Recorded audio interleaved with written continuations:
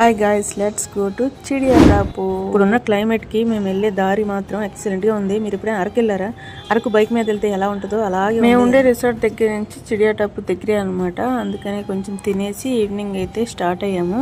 యాక్చువల్గా ఈవినింగ్ ఏంటంటే సముద్రం బాగా వెనక్కి వెళ్ళిపోయిందంట. సగానికి వెళ్ళిపోయింది. మేము వెళ్ళేసరికి సముద్రం ఎక్కడ ఉందరా బాబు అని ఎత్తుక్కునే పరిస్థితి. ఇక్కడ షాప్ చూస్తే అక్కడ ఆగిపోవడమే. చిప్స్ కొనుక్కున్నాం దారిలో తినడానికి. అక్కడ వెళ్ళిన తర్వాత కూడా కూర్చుని కాసేపు తిందాం, ఈవినింగ్ టైమే కదా, కాసేపు ఎంజాయ్ చేద్దాము కూర్చొని అని చెప్పి చిప్స్ అన్నీ కొనుక్కొని బ్యాగ్లో వేసుకొని స్టార్ట్ అయిపోయాము. ఈ రూట్ మాత్రం అదిరిపోయిందబ్బా, ఎంత బాగుందంటే సేమ్ అరకే గుర్తొస్తుంది నాకు ఆ రూట్లో వెళ్తుంటే.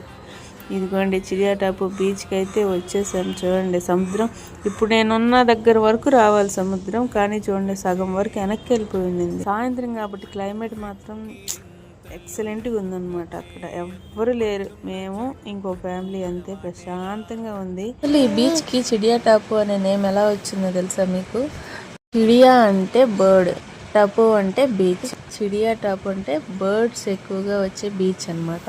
సన్సెట్ పాయింట్కి ఇది బెస్ట్ బీచ్ పోర్ట్ బ్లేయర్లో. సో మనం సీజన్లో వెళ్తే మాత్రం అక్కడ సన్సెట్ ఎక్సలెంట్గా ఉంటుందంట. ఆ టైంలో బర్డ్స్ అనేవి ఆల్మోస్ట్ 50 టైప్స్కి పైగా ఉంటాయంట. ఆ బర్డ్స్ అని ఆ సీజన్లోనే వస్తాయంట. సో అందుకే ఆ పేరు వచ్చింది. ఇక్కడైతే మేము చాలా సేపు కూర్చుని పీస్ఫుల్గా ఎంజాయ్ చేసాము. బీచ్ మాత్రం ఎక్సలెంట్గా ఉంది. మళ్ళీ వర్షం వచ్చేలా ఉంది కాబట్టి ఇంటికి వెళ్ళిపోదామని ఫిక్స్ అయిపోయాము. రేపు హ్యావ్లాక్ ఐలాండ్లో కలుద్దాం. Stay tune. బాయ్.